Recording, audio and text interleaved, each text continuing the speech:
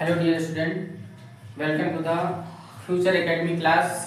चलिए आज हम देखते हैं एपी के यानी कि जो एग्जाम में 10th क्लास के बोर्ड में जो क्वेश्चंस पूछे गए हैं और इसमें एपी पढ़ना है, अरिथमेटिक प्रोग्रेशन पढ़ना है। 10th क्लास में अरिथमेटिक प्रोग्रेशन पढ़ना है, उससे ये इंपॉर्टेंट क्वेश्चंस हैं। इंटर में भी ये क्वेश्चंस ये चैप्टर से जो है क्वेश्चंस पूछा जाता है।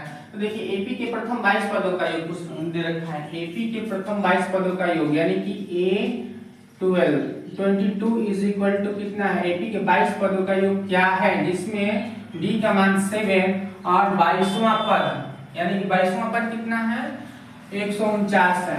22वां पद 149 है। तो A 22वां पद A22 इज इक्वल टू 149 दे रखा है, 49 दे रखा है। तो A22 का मतलब क्या हुआ? A plus 21D 21D। ये 21D कहाँ से आया? तो 21D आया कहाँ से? तो हम पढ़े हैं A plus n minus 1 into D पढ़े हैं। और यहाँ पे 149 दे रखा है। 22 पद 22वां पद यानी कि n का मान कितना है? n का मान 22 है। तो A प्लस n के जगह पर 22 रखेंगे। 22 minus 1 into D is equal to 149। A is equal A plus यहाँ पे क्या हो जाएगा? 21D is equal to 149।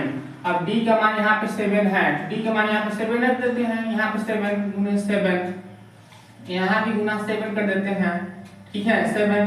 तो A is equal to 149 minus 7 का 7 7 गुना 14, तो 7 8 9 2 हुआ। यहाँ पे 2 आ जाएगा। ठीक है एक कितना आ गया? 2 है। 22 पदों का योग निकालना है। तो 22 पदों का S22 इज इक्वल टू कितना होता है? n/2 into 2a plus n minus 1 into d। तो n का मान यहाँ पे क्या रखा जाएगा? 22 बटे 2 और 2 गुना a का मान कितना है? 2 है।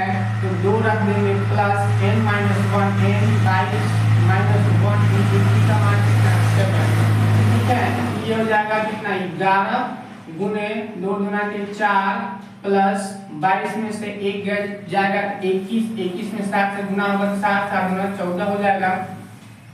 देखिए 22 में से 1 जाएगा तो 21 होगा। 21 में 7 से गुना करेंगे तो कितना? 7 का 7 7 गुना 14 जो यहाँ पे लिखा गया है। फिर 11 गुने 7 4 11 1 बचा 1 4 1 5 अब 1 इतना आ जाएगा। ठीक है अब इसको हम गुना कर देते हैं। तो गुना करेंगे तो 11 का 1 बचा 1 11 5 55 56 6 बचा 5 11 के 11 11 या 5 11 5 हो जाएगा 16 इतना, यानी कि 1661 आपका आंसर कितना आ जाएगा? 1661 आपका आंसर है। कि एपी से रिलेटेड क्वेश्चंस है। ये क्वेश्चंस आने का चांस बढ़ गया है, ये आने का चांस है बोर्ड के एग्जाम में।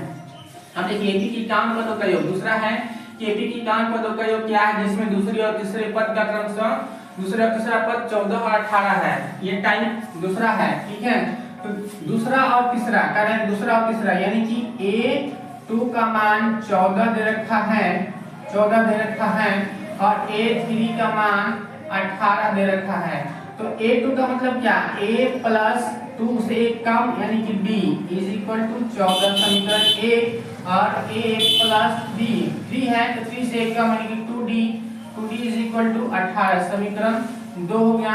1 और 2 से तो यहाँ पे A plus 2D is equal to 18 समीकरण 2। दोनों को हल करने पर क्या हो जाएगा? दोनों को हल करने पर माइनस माइनस माइनस। ठीक है इसे ये कैंसिल हो गया। माइनस का D इज इक्वल टू हो जाएगा 14 और 4 18 माइनस का 4 इसे ये कैंसिल हो गया यानी कि D का मान 4 मिल गया। अब 1 से ठीक है समीकरण 1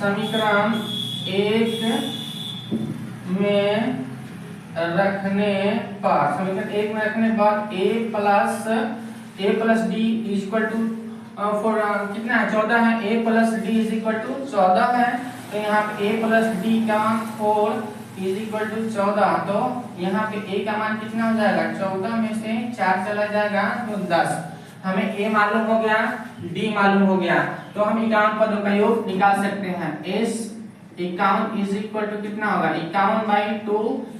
51/2 इसका सूत्र क्या होता है, n/2 into 2a plus n-1 into d होता है। इसी को हम रखते हैं n/2 यानी कि 51/2, 2a का मान 2 और a का मान कितना है, a का मान 10 दे रखा है, यहाँ पे 10 रखेंगे प्लस n कितना है 51-1 इंटू d का मान 4 है, 4 रखेंगे, ठीक है। 51/2 और यहाँ पे देखिए 20 हो जाएगा, 20 प्लस 51 में से 1 जाएगा 50 हो जाएगा, 50 में 4 से गुना हो जाएगा, 5 को 20 यानी कि 200। अब यहाँ पे 51/2 गुने और 200 और 20 जोड़ेंगे तो कितना हो जाएगा 220। इससे ये कैंसिल हो गया 110 बार में। आप गुना कर देंगे 11 11 बचा 1, 11 5 5 1 56, यानी कि इतना आपका आंसर आ जाएगा 51।